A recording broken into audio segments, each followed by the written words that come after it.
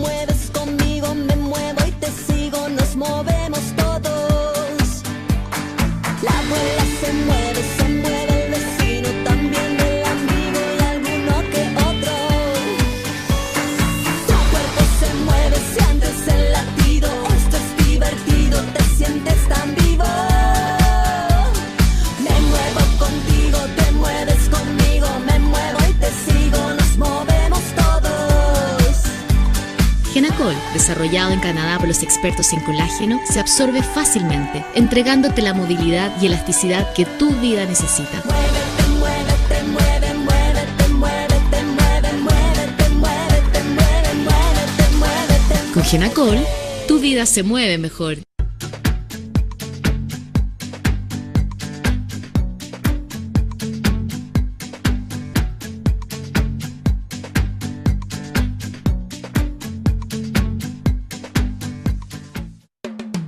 Sabemos lo que te hace reír. Hemos sido cómplices. Sabemos cuando tienes prisa. Y hemos visto todas tus travesuras. Conocemos tus secretos porque siempre hemos sido parte de ellos. Calzado Rómulo, más de 3 décadas ofreciendo el verdadero bienestar para sus pies. Coma sano, viva sano. Incluye en sus compras frutas, verduras y hortalizas de alta calidad. Realice sus compras en Cavasa, donde también se podrá contar con otros beneficios como son comodidad, seguridad y economía en las compras. ACOGA, generadora de compromiso y confianza, promoviendo la inclusión, la integración, liderazgo y la participación del clúster de la gastronomía, la cultura y el turismo. ACOGA, Asociación Colombiana de Gastronomía. Transportes Especiales ACAR. Confianza en la vía, con sentido social.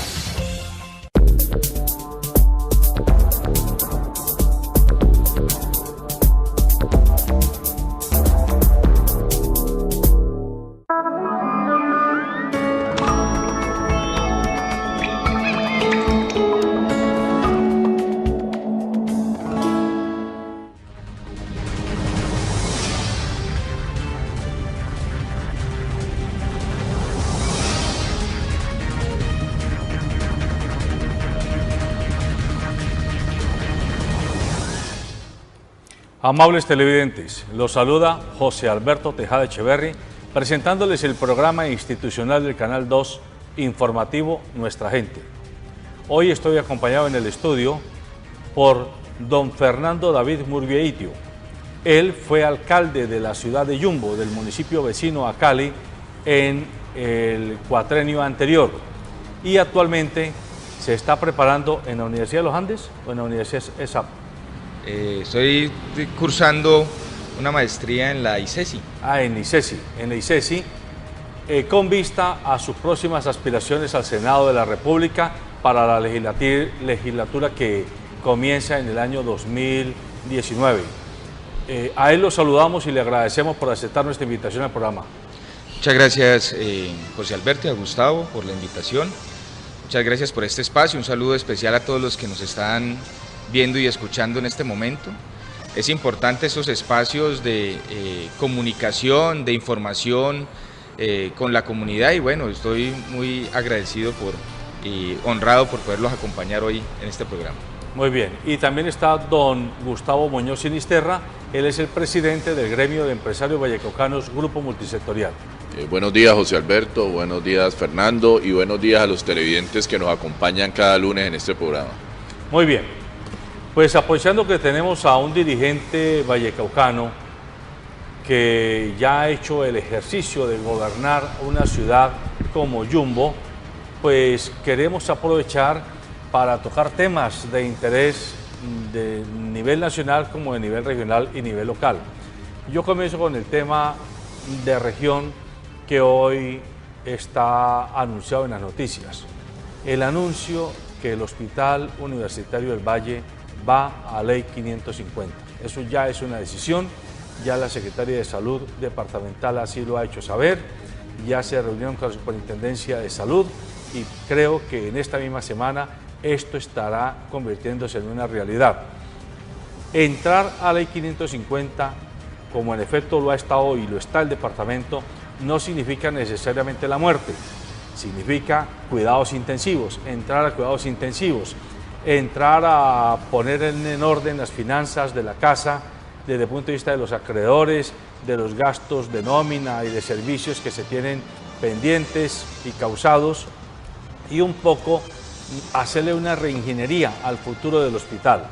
Pero la pregunta que surge, doctor Murgueitio, yo tuve aquí a quien hoy es alcalde de Palmira, en plena campaña, y en plena campaña, 1 o 2 semanas antes de las elecciones, él planteaba que a él no le parecería mal y que al partido de la U no le parecería mal que el hospital terminara liquidado y se creara una fundación. Yo le riposté al aire que eso me parecía un preanuncio de la voluntad política de quien iba a ser la gobernadora, si en efecto resultaba siendo la gobernadora. Hoy yo vuelvo con la misma inquietud. ¿Será que entrar a la Ley 550 es el preanuncio de una liquidación programada del hospital universitario para convertirlo en una gran fundación que libere de las amarras del control público a sus gestores, o por el contrario puede verse esto como una alternativa necesaria y obligada para tratar de volverle a recuperar la salud? Su opinión. Bueno, el caso del hospital universitario es un caso complejo. Lo primero, hay que entender, es el único establecimiento público de nivel 3-4 que tenemos en el Valle del Cauca, e inclusive genera todo el apoyo al suroccidente colombiano. Yo me preguntaría cuando uno tiene esa noticia, ¿qué pasó y por qué llevar a que una empresa social del Estado termine en Ley 550? La Ley 550 no asusta mucho, porque de hecho el departamento se encuentra en Ley 550, es controlado por el Estado, se genera un control de los gastos, se pagan primero las acreencias, pero yo me hago la pregunta, ¿qué pasó con los órganos de control? ¿Qué pasó con las administraciones? ¿Qué pasó con las juntas directivas? Pero no puede verse como los últimos años. Normalmente las actuaciones de los hospitales o las crisis económicas son acumulativas, como pasó con el departamento. Y ahí es donde nosotros podríamos hacer una pregunta: ¿están funcionando? ¿No funcionaron? ¿Van a responder los que estaban en ese momento con el órgano de control y las juntas directivas del hospital por estos resultados? ¿Y por qué quiero decirlo? Mire, cuando tuve la experiencia de ser el presidente de la junta directiva del hospital del municipio de Yumbo, habían decisiones que había que tomar que eran muy complejas. Entre esas, por ejemplo, ¿cuánto le vamos a aumentar el salario a los trabajadores de planta? Inversiones que se hacen, manejo de los presupuestos, y en esas decisiones uno a veces tomaba decisiones impopulares, como decir, no, tenemos que ir haciendo un aumento gradual, que a los trabajadores, por ejemplo, para tocar una sola variable, los que pueden afectar los gastos de una empresa social del Estado, como en este caso el hospital universitario. Y uno podría ser popular y tomar la decisión, no, vamos a aumentarle el 10, el 15%, pero eso se va acumulando gastos que después no equilibran un balance y que llevan a que pueda generar perjudicar posteriormente la administración del hospital, lo que está sucediendo hoy. Entonces, lo primero que yo daría es un reclamo de qué pasó con los órganos de control y qué pasó con esas juntas directivas, y quién podría históricamente generar una responsabilidad de este suceso. Lo otro es el camino que se tiene que tomar. Hay que restablecer y administrar con responsabilidad el hospital y escoger el mejor modelo, el modelo que sea más eficiente y equitativo. El problema es que aquí se vienen dos discusiones, compañeros, José Alberto y Gustavo, y es la política y la administrativa, y es donde yo siempre he dicho, la administrativa tiene que estar por delante porque es la que busca garantizar el objeto de esa empresa. Y el objeto de esa empresa es prestar un buen servicio de salud.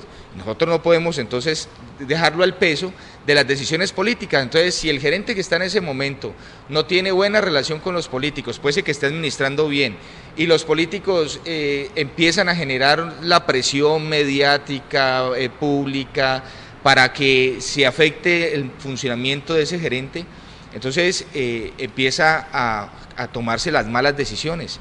Me parece que en esto, para ir concretando mi opinión, se da mucha responsabilidad, primero entender el objeto administrativo de esa empresa, empujarla y administrarlo con responsabilidad. De nada sirve que entre la ley 550, sanee sus deudas y vuelve y arranque con un mal modelo administrativo que termine perjudicándolo. Y en eso, pues yo dar mi llamado, porque uno no puede tapar el sol con un dedo, es a que los políticos que en este momento pueden tener el control de estos establecimientos, pues asumen con mayor responsabilidad las decisiones administrativas y pensando siempre en la gente para poder obtener el mejor resultado de nuestro hospital. Y yo digo que es lamentable porque es que es el único hospital referente que tiene el Valle del Cauca y el suroccidente colombiano desde lo público para que se pueda atender adecuadamente, y además porque es de gran calidad, porque forman excelentes profesionales de salud y no se puede permitir que se deteriore a tal magnitud. Sí, Fernando y José Alberto, yo sí estoy de acuerdo que el hospital vaya a ley 550, porque asistiendo al bloque parlamentario los últimos 4 años vivió en crisis los 4 años. ¿Qué quiere decir? Que los vallecaucanos no pudimos sacar de la crisis al hospital. Los universitarios de medicina de la Universidad del Valle se quedaron sin dónde hacer las prácticas, las urgencias se vieron en crisis, el sistema de salud está colapsado, y cuando uno no puede localmente, esta es una herramienta que te da el Estado, que te da la ley, y tendríamos el control de la Superintendencia de Salud y del gobierno central, porque la politiquería no pudo. Acá muchos intereses, siempre que veíamos las finanzas del Hospital Universitario del Valle, por más de que le entraran 25.000 millones, 30.000 millones, el hueco era de 125.000, entonces nunca se iba a sanear. Así como el departamento en su momento fue criticado por entrar a la ley 550, pero fue la única manera de sanear las finanzas. Y doctor Murgueito, usted que fue alcalde, a veces no le deja más a la administración. Nosotros creemos, desde lo que vimos como asistentes al bloque parlamentario, era la única iniciativa, así los sindicatos no estuvieran de acuerdo, los empleados, pero cuando el hueco es tanto, cuando ninguna plata alcanza, cuando hay tanto interés político local, yo creo que lo mejor, y es una herramienta, uno lo ve del sector privado. En el sector privado existe la ley 1116 para las empresas que tienen crisis financieras con su pasivo, y es una manera de parar las demandas, de parar los embargos, de parar los intereses de mora, porque es una alternativa que da la ley antes de irse a liquidación. Si no, íbamos a perder el total control, como en un momento lo perdimos de las empresas municipales. La salud es clave. Me parece una buena decisión por todo lo que vimos durante 4 años expuestos a mirar líneas de salvamento del hospital departamental. Yo avalo desde lo que conozco ese tema. Ahora, el modelo de fundación, como decía José Alberto, pues no lo sabemos, habrá que mirarlo si vamos detrás de ese modelo, porque ahí sí hay que mirar a dónde está el interés privado y a dónde está el interés público del tema. Pero una alternativa para sanear las finanzas del Hospital Universitario del Valle, para que el gobierno también, que tiene deuda, porque es que cuando vamos a ver los que le deben al Hospital Universitario del Valle, le debe el municipio, le debe el departamento. Sí, aparte de todos los temas privados y todo eso, el sistema de salud, empezamos por casa debiéndole, y nunca, por más de que el alcalde de turno o el gobernador de turno estén dando la cara, cuando vamos a ver son los primeros acreedores del Hospital Universitario del Valle. Entonces me parece que es una alternativa que da la ley, y esperamos que así como el departamento se recuperó y pagó gran parte de su deuda y le permite ahora nuevo nivel de endeudamiento, lo pueda hacer el Hospital Universitario del Valle. Bueno, es claro que para el común de las personas, la gente no conoce qué es una ley 550, qué implicaciones tiene. Son temas muy técnicos, pero en síntesis, para que a nuestros televidentes e internautas les quede claro, la ley 550 es un instrumento de ley que les permite a las empresas, tanto públicas como privadas, acogerse a un régimen de reestructuración de sus pasivos y de reorganización interna de su gerencia, de su administración, con miras o con el propósito de salvarlas, de reflotarlas, de no dejar que se mueran estas empresas. Lo que sucede es que en muchas ocasiones, en el camino que comienzan a recorrer al amparo de esta ley, los acreedores mayoritarios terminan presionando de tal manera por el pago de sus acreencias que dejan muy poco margen de funcionamiento a la gerencia de la empresa. Esperaríamos que eso no sea lo que le vaya a ocurrir al hospital universitario, porque desgraciadamente la mayoría de las deudas que tiene el hospital universitario del Valle las tiene con acreedores o con proveedores que son prestamistas de servicios y de instrumental clínico. Y estas personas con toda seguridad van a tener la sartén por el mango para comenzar a condicionar, pensando de manera anticipada, a que posiblemente una de las formas de entregarle, por ejemplo, de sanear, es entrégueme a mí la operación de, no sé, de corazón, déjeme esa unidad a mí y yo le voy descontando la deuda con lo que vaya haciendo. Entonces terminamos con un remedio de entidad pública privatizada al interior, que es lo mismo que le está pasando en Cali. En Cali hoy es una empresa pública desde el punto de vista de la ley, pero que nadie nos llame a engaños. En Cali está privatizada hace mucho rato. Usted va a averiguar por energía y hay una cantidad de contratistas que hacen lo que quieran con los usuarios. Va a preguntar por acueducto y alcantarillado, exactamente lo mismo. Va a preguntar por telefonía, es donde todavía no están tan posicionados los contratistas y sencillamente no opera, u opera muy mal. Entonces, el riesgo, y yo entiendo su posición, Gustavo, que si no se ha podido hacer nada, pues habrá que encontrar un mecanismo. La gran pregunta que hay que hacer aquí, y se la hago a un político, ¿sí?, y se la hago a un dirigente gremial, es ¿y por qué la solución tiene que ser llevar el hospital a la ley 550? ¿Por qué la solución no fue haber cogido y metido en cintura a esos políticos desvergonzados que todo el mundo dice quiénes son, pero nadie dice quiénes son? Todo el mundo en el bloque parlamentario van y ponen la cara y muestran verdades a medias, pero nadie se ha atrevido a empujar a que ellos suelten de una vez, quiten sus garras del hospital universitario, y posiblemente sería otra solución, pero como la solución está pegada de que los políticos que tienen el negocio de la salud no lo dejen, pues claro que con ley o sin ley van a seguir allí como chupasangres comiéndose el hospital universitario. Que no nos vaya a pasar lo que hoy está pasando en Quibdó. Hoy Quibdó está amaneciendo con un paro cívico, donde estaba anunciada a las 8 de la mañana el inicio de una marcha donde se espera que haya más de 50.000 habitantes protestando, entre otros, porque el hospital del Quibdó también lo han dejado acabar. Es que pareciera que es una política pública, marchitar las instituciones públicas más representativas para que se justifique después la privatización mal concebida. Bueno, yo respeto mucho su opinión, tiene gran parte de validez, José Alberto, pero yo tengo pues algunos comentarios que sí resaltar. Pues lo primero es ir como a la génesis.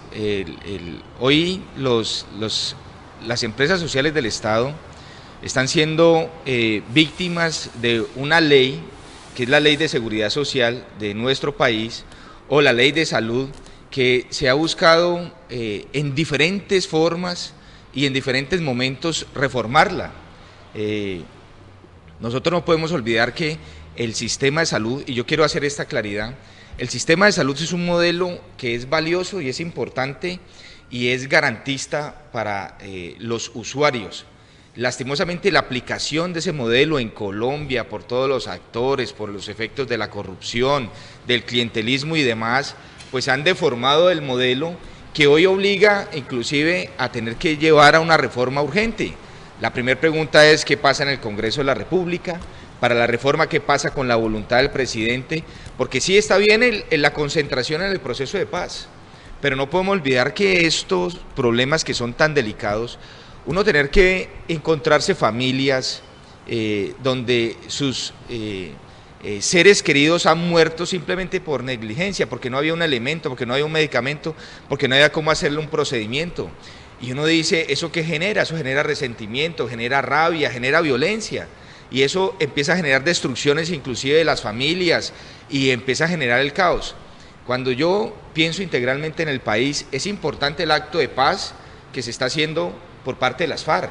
Importantísimo que el país se desarmen las FARC para que podamos hacer una reacomodación de los ingresos del país y podamos invertir más en salud, en educación y demás. Pero el país como tal no puede decir, eso es un acto que está sacando adelante parte del gobierno, con una gran atención del presidente, y las FARC. El Congreso tiene que concentrarse también a seguir adelante su papel legislativo. Reformemos la salud. Mire la crisis que tiene el país en salud. Mire cuántas personas están muriendo por no atención. Mire, este fin de semana murieron 2 niños aquí en Cali. Nosotros no podemos seguir en esta discusión y nosotros vivir como decir, estamos viendo el efecto del problema, pero el problema de dónde está la génesis y hay que modificarla. Si usted ve, por ejemplo, los acreedores, como usted muy bien lo decía, los municipios, el departamento, la nación, cuando usted va a ver el modelo y el hospital tiene que tramitar un pago, ese pago entonces dice, no, usted presente la cuenta, se la glosan, cuando usted se la glosan, usted vuelve y la presentan, entonces eso tiene unos tiempos y se pueden demorar, cuando se debe demorar 90 días, en este país se puede demorar 1 año, 2 años, entonces se queda en discusión, glosan, se perdieron los tiempos, no le pagan, entonces eso lleva a una crisis administrativa. Ese modelo hay que transformarlo dentro del sistema de salud, inclusive otros puntos que no es para el debate ahora, pero sí es necesario.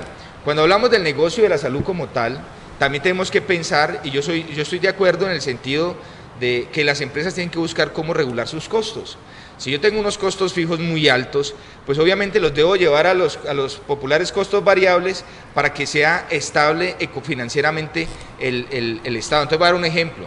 Si yo antes tenía que tener un carro, y para tener el carro tenía que tenerle conductor, pagarle las horas extras y además tener un taller y el mantenimiento del taller, y eso me costaba tener ese carro, para dar un ejemplo, 50 millones de pesos al año. Pero si yo lo podía tercerizar y contratar con una empresa que está especializada en eso y tiene sus costos bien establecidos para ello y competitiva, y me cuesta 30 millones de pesos al año, pues cuando yo veo estos costos fijos, mientras esos costos de tercerizar, yo debo como administrador tener que tomar una buena decisión. ¿Qué pasa aquí? Claro, que pasa es que dice, pero aquí había gente que tenía unos privilegios, que tenía unos sueldos, que tenían una protección sindical y demás, que se van a ver perjudicados con esta otra decisión, y que dice que es un modelo neoliberal, administrador, donde le pagan mal a la gente, y uno puede decir, tiene razón, pero cuando usted va a la responsabilidad administrativa, en la responsabilidad administrativa usted tiene que sostener financieramente el establecimiento, pero entonces dicen, no, pero aquí ahorramos una plata y sacrificamos trabajadores donde se les pagaba bien, pero usted ve que hay malos manejos y mala inversión por parte del gerente y complicidad en parte de la junta directiva, que son los que lo deben de controlar. En ese sentido, entonces, los trabajadores vienen y dicen, no tiene sentido que esto haga. Entonces empiezan las pujas internas y a veces dice uno, entonces listo, hagámonos pasito. Y llegan los malos acuerdos políticos entre inclusive funcionarios de las entidades con los dirigentes del momento, porque hay que entender una cosa, dependiendo del dirigente que está en ese momento controlando la gobernación, alcaldías y demás, es como la línea de trabajo alrededor. Y eso son lo que el pueblo también tiene que evaluar, cómo le fue, cómo en este periodo, quiénes controlaron políticamente esta empresa, que es lo que yo digo, quiénes han controlado políticamente la empresa, el hospital universitario, y por qué llegamos a esa crisis. Entonces empieza ese círculo vicioso de hacerse pasito. Entonces usted nos da estos beneficios y nosotros nos decimos que usted está haciendo este negocio con medicamentos o no sé, y empieza ese hagámonos pasito que termina perjudicando la empresa y llevándola a la crisis que hoy tenemos, y es cuando yo llamo a la responsabilidad administrativa, porque si vamos a ser serios y queremos un proceso de paz, el proceso de paz lo transformamos desde la misma responsabilidad de nuestros propios actos diarios, como seres humanos y también como funcionarios.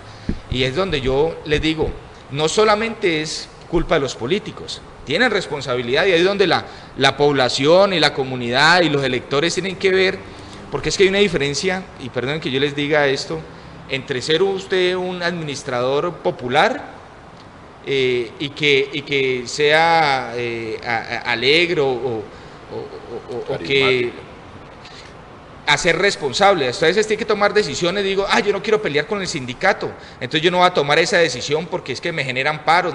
Si usted tiene que tomar una decisión y diga, mire, yo responsablemente no se puede subir más del 5% el incremento del sueldo, pues no lo puede hacer, y no puede ir a hacer una convención colectiva superior a tal, tiene que asumirlos, saldrán a hablar mal de usted, lo criticarán, pero tiene que tomar esas decisiones que son de responsabilidad administrativa, pero para no afectar su imagen electoral, o política, entonces empezamos en ese círculo vicioso de hacernos pasito que nos tiene en estas crisis, y es aquí en estas crisis donde hay que salir a decir dónde están los responsables, y por eso yo digo que no es solamente los políticos, aunque tengan gran responsabilidad en lo que está sucediendo. Sí, pero el instrumento de ley, en este momento los acreedores tienen embargados al hospital. Cualquier dinero que le entre al hospital se va al embargo. Entonces usted como gobernador o como administrador del hospital, ¿usted qué hace? Cualquier dinero que usted recupere está embargado. La ley le permite detener eso. Sabemos que todo el tema lo ha generado la corrupción política, pero ojo, aquí todos tenemos culpa, porque tanto el Hospital Universitario del Valle como el Seguro Social tienen que ver con la academia. El hospital con la Universidad del Valle colocaron gerente, el Seguro Social con la Universidad Libre. Entonces, aquí hay una responsabilidad de academia, de políticos, de empresa privada, y no hemos podido. Uno tiene que aceptar que no se ha podido con la administración pública eso, y sí, que los políticos, que los intereses, pero es una medida para parar ese desangre. Ni para atrás ni para adelante va eso. Ahora, metiéndonos un poquito al control, y al control que tienen que hacer los congresistas, los diputados, los concejales, uno ve muy preocupado, por lo menos desde el sector empresarial, que le damos prioridad a una reforma tributaria, que nos la van a sacar ahora en octubre, una reforma que debía discutirse por lo menos 6 meses antes, debería estar en discusión en el Congreso, pero de pronto por intereses políticos, por lo que se viene el tema del plebiscito, nos la van a sacar en octubre para aprobarla en 2 meses, un estudio que tiene que ver 6 meses. ¿Dónde está la gran reforma a la salud? Entonces, ¿dónde está la gran reforma a la salud? Que si es un derecho constitucional que tenemos los colombianos a que la salud funcione bien. Es que está matando personas. Claro, exactamente. Entonces, ¿dónde está la gran reforma a la salud? Porque todos los hospitales, las IPS, las EPS, todo el sistema está en crisis.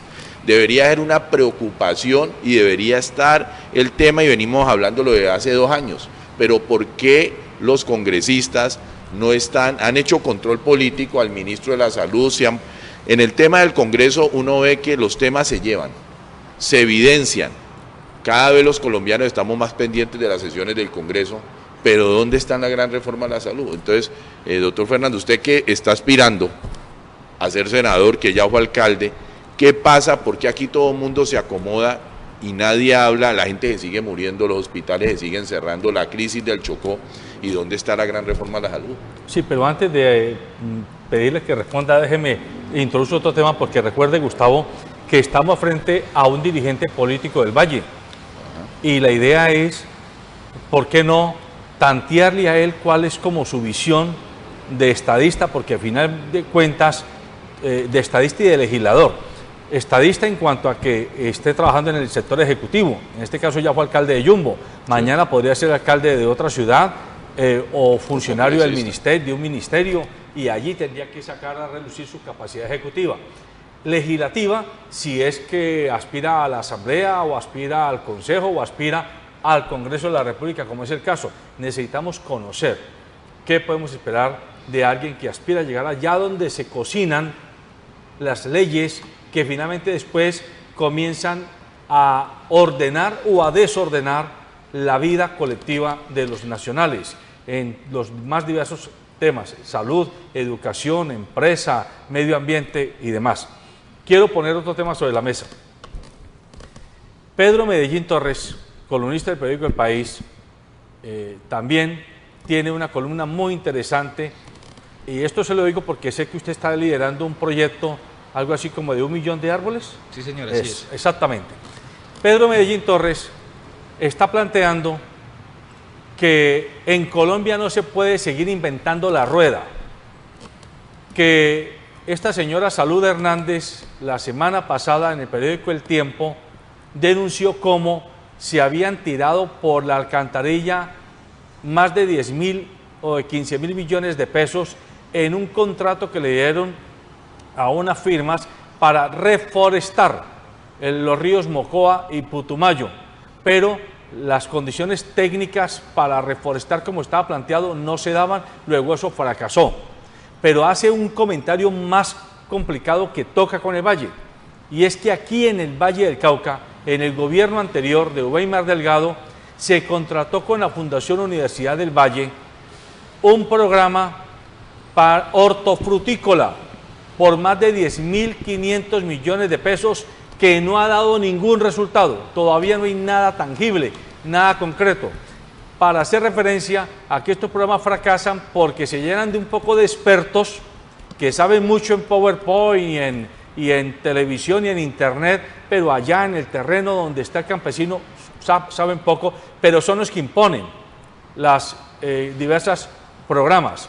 Él está planteando que la semana pasada en Santander de Quirichao hubo una reunión de colectivos y asociaciones de campesinos del norte del Cauca y del sur del Valle, que mostraron cómo es que se hacen las cosas, a partir del conocimiento del campesino, de la experticia del campesino, de las redes naturales de asociatividad campesina y con cultivos que los campesinos conocen y que tengan posibilidad de mercadeo directo, y no con cultivos de moda, que a veces es lo que pasa, que trae un producto que es que en Japón no van a comprar, pero cuando usted va a ver, la capacidad de hacerlo no se da por ninguna parte.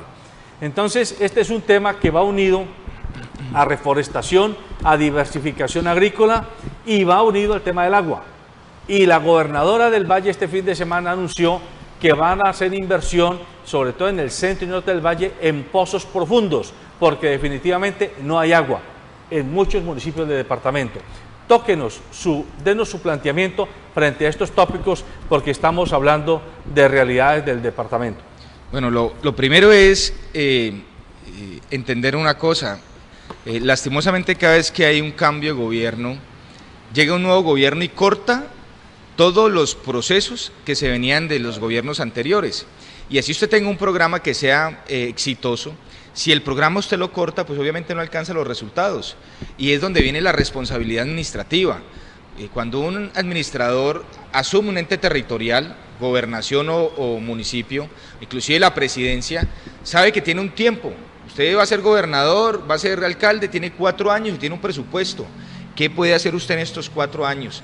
Pero uno cuando inicia un programa no espera, porque lo ideal es que el ente territorial no se acaba es el conductor.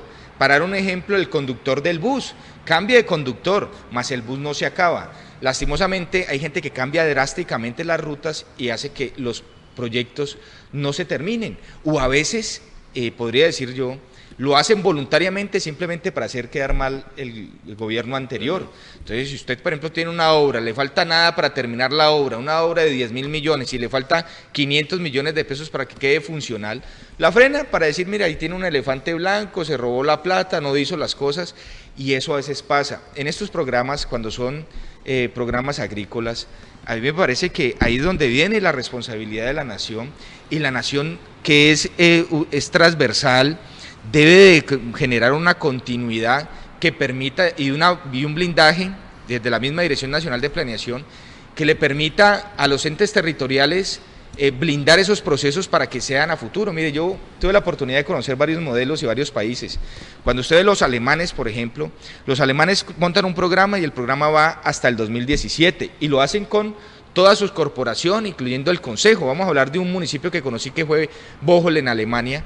Y el gobierno municipal terminaba en el año 2015 y ellos tenían un programa que iba hasta el 2017 validado por los concejales de la ciudad, y ellos sabían que ese programa iba hasta el 2017 con ese alcalde o sin ese alcalde, es decir, quedaba ya establecido como un acuerdo municipal. Aquí pasa eso.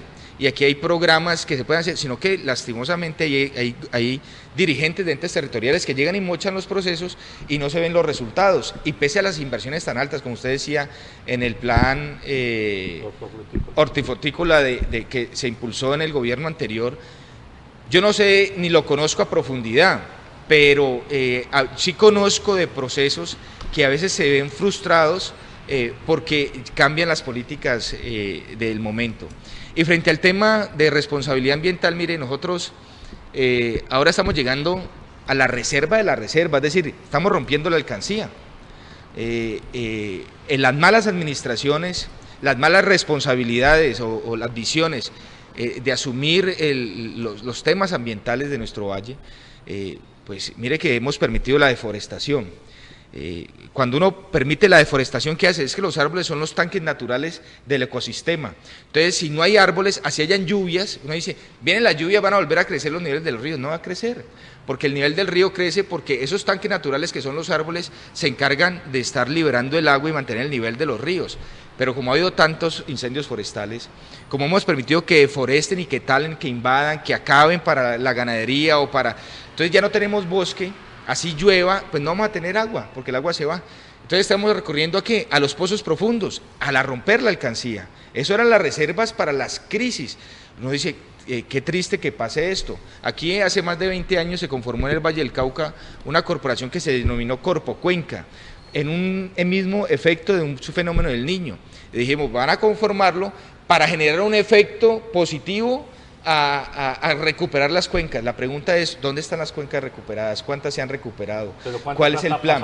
Ahora la otra pregunta, listo, estamos hablando de la responsabilidad ambiental. ¿Cuánta plata dejó el Estado, el gobierno, yo diría el gobierno departamental y municipal, cuánta plata están invirtiendo para recuperar sus cuencas, para recuperar los ríos? Y usted va y mira cuánta plata están, entonces no es acorde al discurso, o sea, hay una incoherencia. Usted dice, es preocupante el tema del agua, vamos a conseguir más agua, pero no hay inversión, no hay dinero, no hay recursos para lograr que ese baluarte del cual yo estoy mencionando y me estoy apegando, pues crezca. Entonces hay incoherencia. Entonces uno dice, bueno, usted no tiene sentido que usted me diga que quiere proteger el agua, pero no le pone un peso a la protección de las cuencas. Y es ahí donde genera responsabilidad, y es donde nuestra fundación, que lidera el padre Ramón Elías Gómez, que se denomina Proyecto Vida Verde, nos propusimos sembrar 1 millón de árboles en el Valle del Cauca, pero como un propósito de grupos ambientalistas, de personas responsables con el medio ambiente,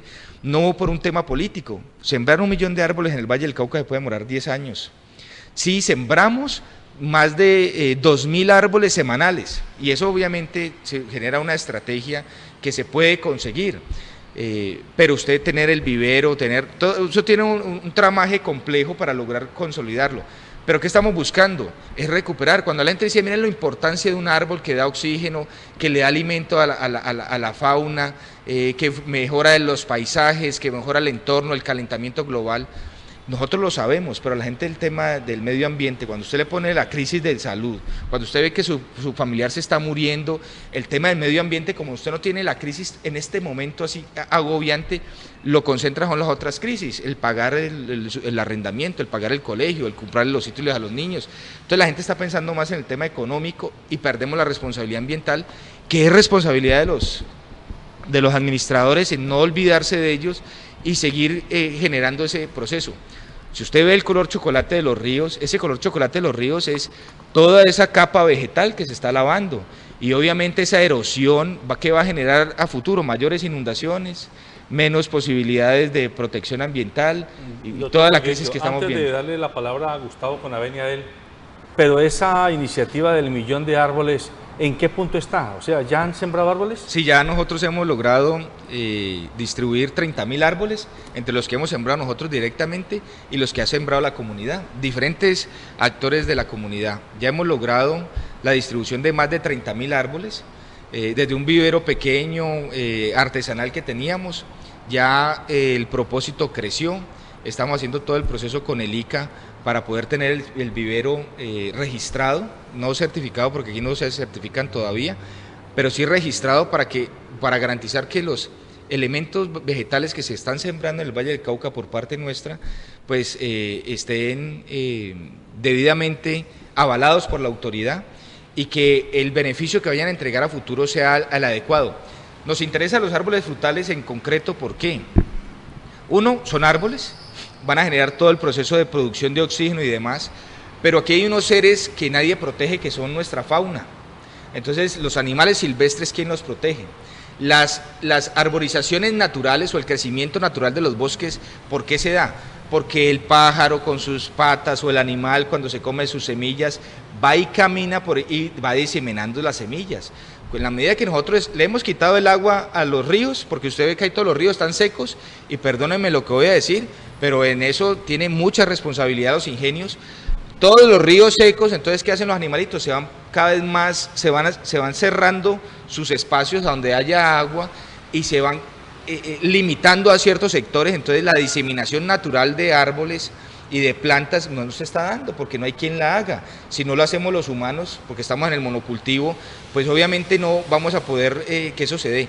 Entonces hay que darle alimentos a esos animalitos. Si nosotros los volvemos a recuperar, los árboles frutales, pues también tendríamos, además de darles ese alimento a la fauna, tendríamos también como que alguien en algún momento que diga, mire, yo fui y maté por hambre. Uno dice, no, fue y se comió ese mango, fue y se comió esa guanábana y hasta ahí llegó el hambre mientras que salía de la crisis y resuelva. O a un niño, o nosotros, yo crecí viendo árboles de guanábana, de guayaba, de níspero, en la calle. Y nosotros los podíamos, de mango, y los podíamos coger, ya usted no lo ve en ninguna parte. Hay que recuperar esa cultura que inclusive permite ser social, lo lleva uno a cuidar los árboles, es decir, ese proyecto va con ese objetivo. Sí. Bueno, pues a uno le da alegría ver estos proyectos. El problema que yo he visto en estos proyectos es el mantenimiento del árbol que se siembra, ¿no?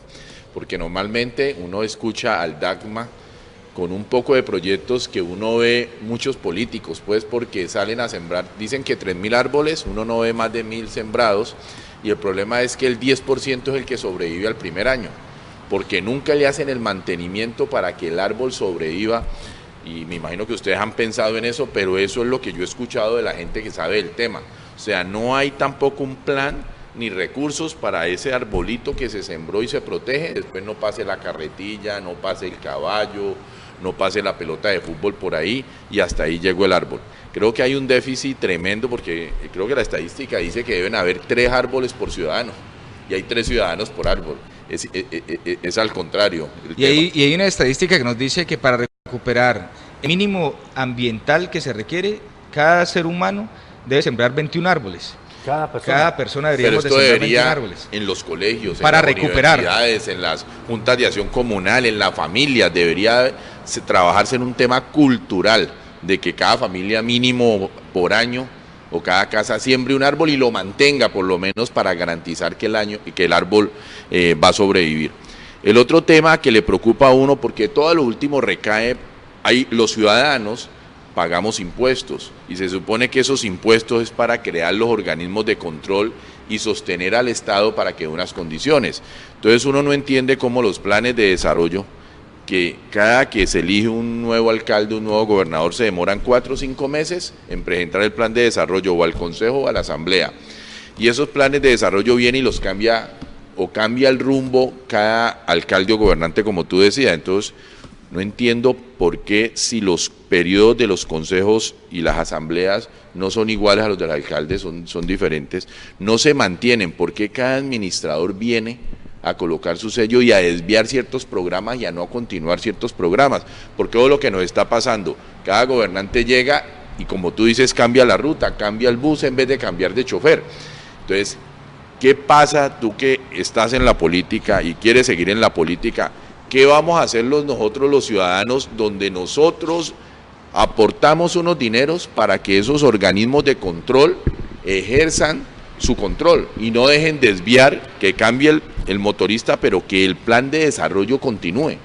¿Qué es lo que pasa ahí? Porque a lo último caemos en todo, nos están diciendo a nosotros que nosotros somos los que tenemos que cambiar de cultura, de el ciudadano, pero el ciudadano es el que con el impuesto alimentamos el sistema. Así es. Para que el organismo de control, tanto el Consejo, la Asamblea, hagan y los entes de control y los elijan, para que se garanticen esos programas y esos presupuestos.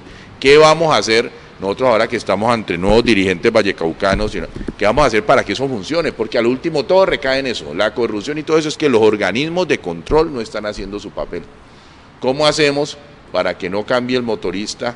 Para que cambie solo el motorista y no cambie el bus, y en el tema ambiental, en el tema de control, se mantengan esos planes. Mire, lo más gracioso es que nosotros en este país hemos logrado tener diseños adecuados, porque inclusive hacemos muchas comparaciones y tomamos muchos modelos externos, y en el tema de planeación no existe. Entonces existen herramientas. Entonces hablamos de las políticas públicas, y las políticas públicas es poder trascender los gobiernos a un determinado tiempo, ejemplo 10 años, y usted poder decir, vamos a elaborar la política pública de adulto mayor o de género femenino en este caso, o de niñez y adolescencia, y usted dice, en este determinado tiempo, estos son los planes que vamos a hacer, es decir, queda el dibujo. y el que llega simplemente tiene que colorear y dice qué cantidad de color va a poner en ese dibujo, o sea, qué cantidad de dinero va a poner en ese plan. ¿Pero por qué no funciona? Porque esa es la pregunta. Entonces ahí donde uno dice, ¿dónde están los órganos de control que deberían de ver? Venga, espera un momentico, señor, porque es que aquí hay una inversión ya que viene y que no se puede frenar porque esto está establecido y está garantizado de tal manera, como cuando le decía, hay un plan hortifrutícola, ¿por qué ese plan no continúa?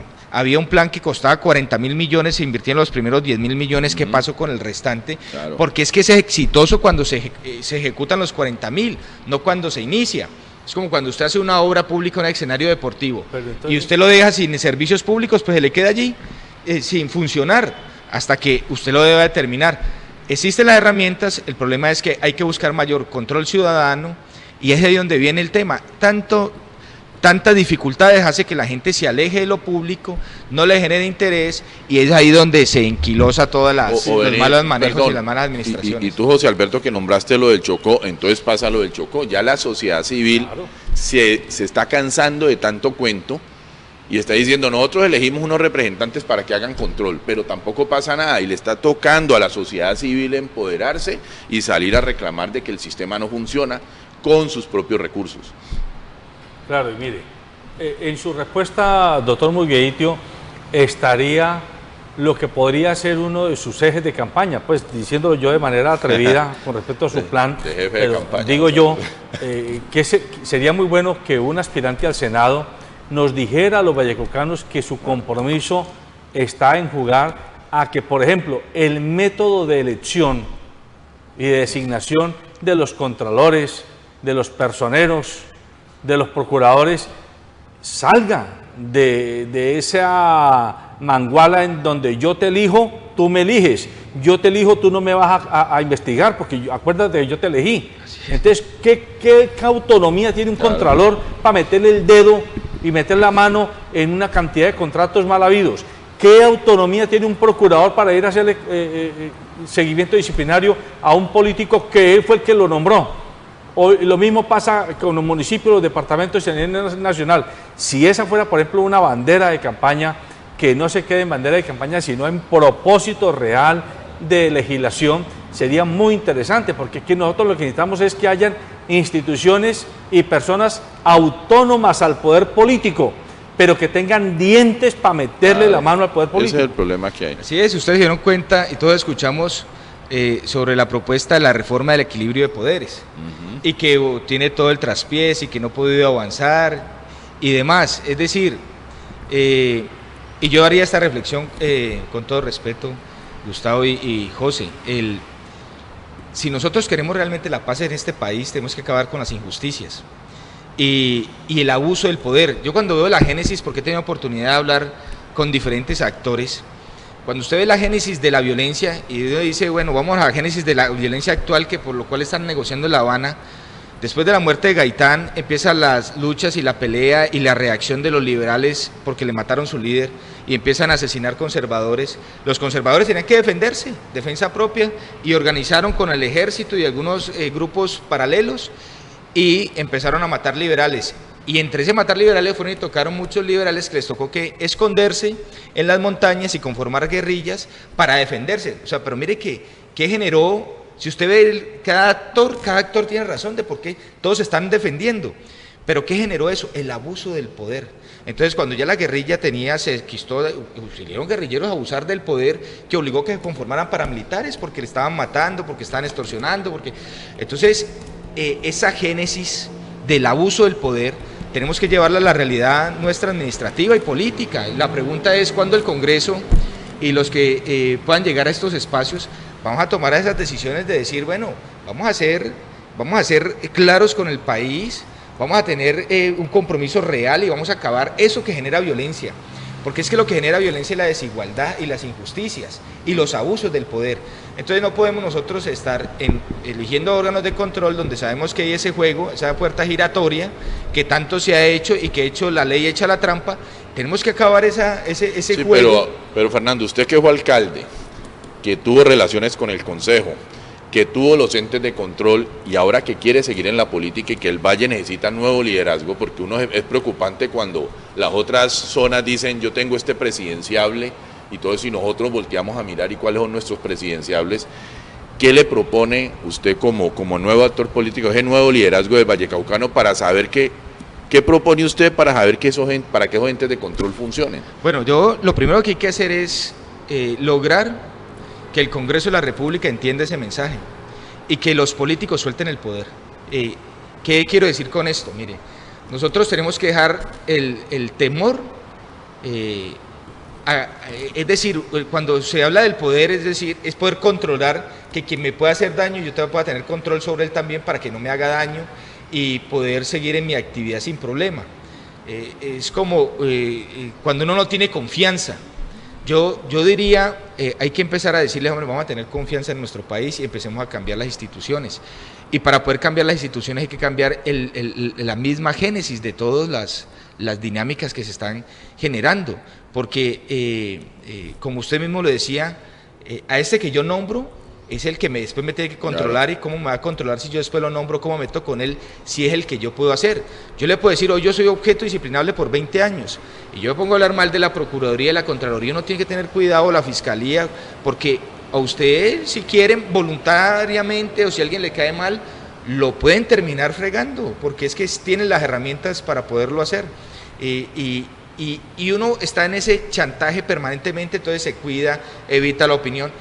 Yo digo, hombre, aquí falta es que seamos realistas y que ese acto de paz que está haciendo, por ejemplo, las FARC, de decir, el acto de paz de las FARC es dejar las armas, lo único que tenían para defender su lucha de transformar este país, y queremos hacerlo de otra manera. Igual nosotros aquí los políticos tenemos que hacer lo mismo. ¿Qué vamos a dejar? Dejemos ese control del poder para lograr que esto sea equilibrado. Entonces, modifiquemos las normas, hagamos la reforma a la ley de salud, porque se necesita, hagamos la reforma del equilibrio de poderes, pero que sea real, que dé confianza, que permita que se constituyan instituciones fortalecidas. Ese es el verdadero proceso de paz que va a lograr este país, que va a hacer que tengamos un equilibrio y que exista justicia. Pero ¿de qué sirve que ellos se desarmen si aquí vamos a seguir teniendo las injusticias? Se van a formar otros grupos, porque lo que genera rabia, lo que lleva a armarse es ese abuso del poder que nos está generando esta génesis y este círculo vicioso.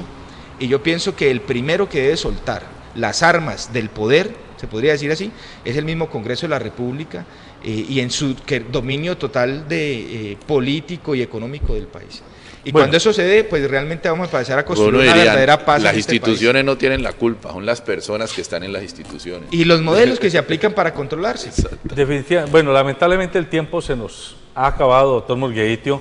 El periodista Giovanni Lora de CNC Jumbo está escribiéndome aquí al WhatsApp y le está mandando un saludo especial, que está en sintonía. Esperamos tener la oportunidad de volverlo a tener a usted aquí en el programa y seguirle la pista. Nosotros nos hemos propuesto con Gustavo y con el gremio seguirle la pista a cierto tipo de dirigentes políticos, porque el papel del gremio no es comenzar a lanzar candidatos, y tampoco el papel de un medio de comunicación como el nuestro, pero sí el de identificar a vallecaucanos y vallecaucanas que tengan algo que aportar y que puedan ser nuestros representantes no solo en el Congreso, sino en los ministerios, en instituciones de nivel nacional de orden descentralizado, y también aquí en el propio departamento del Valle del Cauca, porque como dice Gustavo, estamos ávidos de representantes y de líderes que saquen la cara por un Valle del Cauca que cada vez pueda recuperar ese liderazgo que hace muchos años perdió por una cierta anomia, un cierto estado de inmovilización en el que caímos tanto los dirigentes como los ciudadanos de nuestra comarca. A mí me genera expectativas y esperanzas que personas como Fernando David Murgueitio quieran seguir apostándole a la política con P mayúscula. Es decir, esa política que se hace no para ir a hacer mangualas, sino para ir a buscar cómo de cara a ese país de un post-conflicto, si es que se logra concretar todos estos acuerdos que están materializando en Habana, va a requerir, y es que haya menos inequidad, menos desigualdad, menos abuso de poder. A mí me gusta mucho esa frase, que haya menos abuso de poder, porque quien abusa de poder es quien lo tiene. Nadie puede abusar de lo que no tiene. El que tiene el poder es el que lo abusa o el que lo usa racionalmente. Y necesitamos políticos más decentes. Aquí no se trata de hablar de políticos más buenos o más malos, seres angelicales o seres infernales. No, se trata de gente decente. Eso es lo único que debemos pedir a los ciudadanos, que quien ejerce el poder lo ejerza con decencia, que entienda que es un poder que tiene que compartir a una comunidad, porque, como siempre le decimos, quien defiende el interés colectivo, defiende el interés propio. No se equivoque, que es así y no hay ninguna posibilidad de que no sea así. Quien defiende el interés colectivo está defendiendo su propio interés. Buenos días.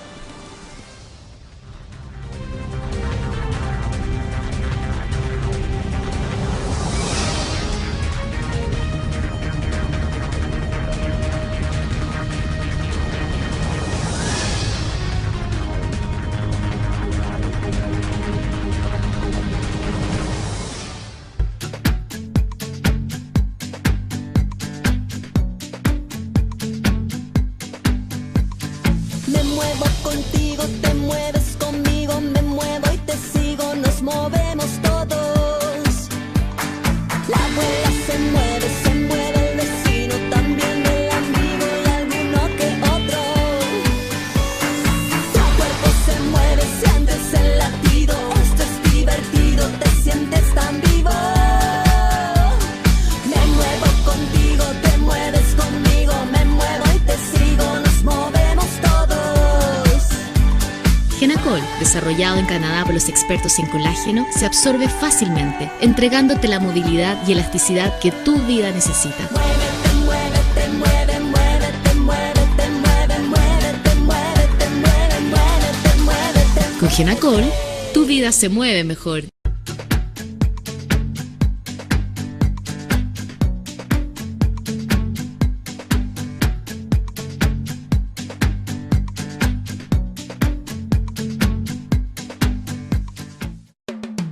Sabemos lo que te hace reír.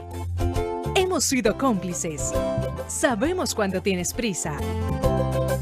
Y hemos visto todas tus travesuras. Conocemos tus secretos porque siempre hemos sido parte de ellos. Calzado Rómulo, más de 3 décadas ofreciendo el verdadero bienestar para sus pies. Coma sano, viva sano. Incluye en sus compras frutas, verduras y hortalizas de alta calidad. Realice sus compras en Cabasa, donde también se podrá contar con otros beneficios como son comodidad, seguridad y economía en las compras. ACOGA, generadora de compromiso y confianza, promoviendo la inclusión, la integración, liderazgo y la participación del clúster de la gastronomía, la cultura y el turismo. ACOGA, Asociación Colombiana de Gastronomía. Transportes especiales a cargo. Confianza en la vía con sentido social.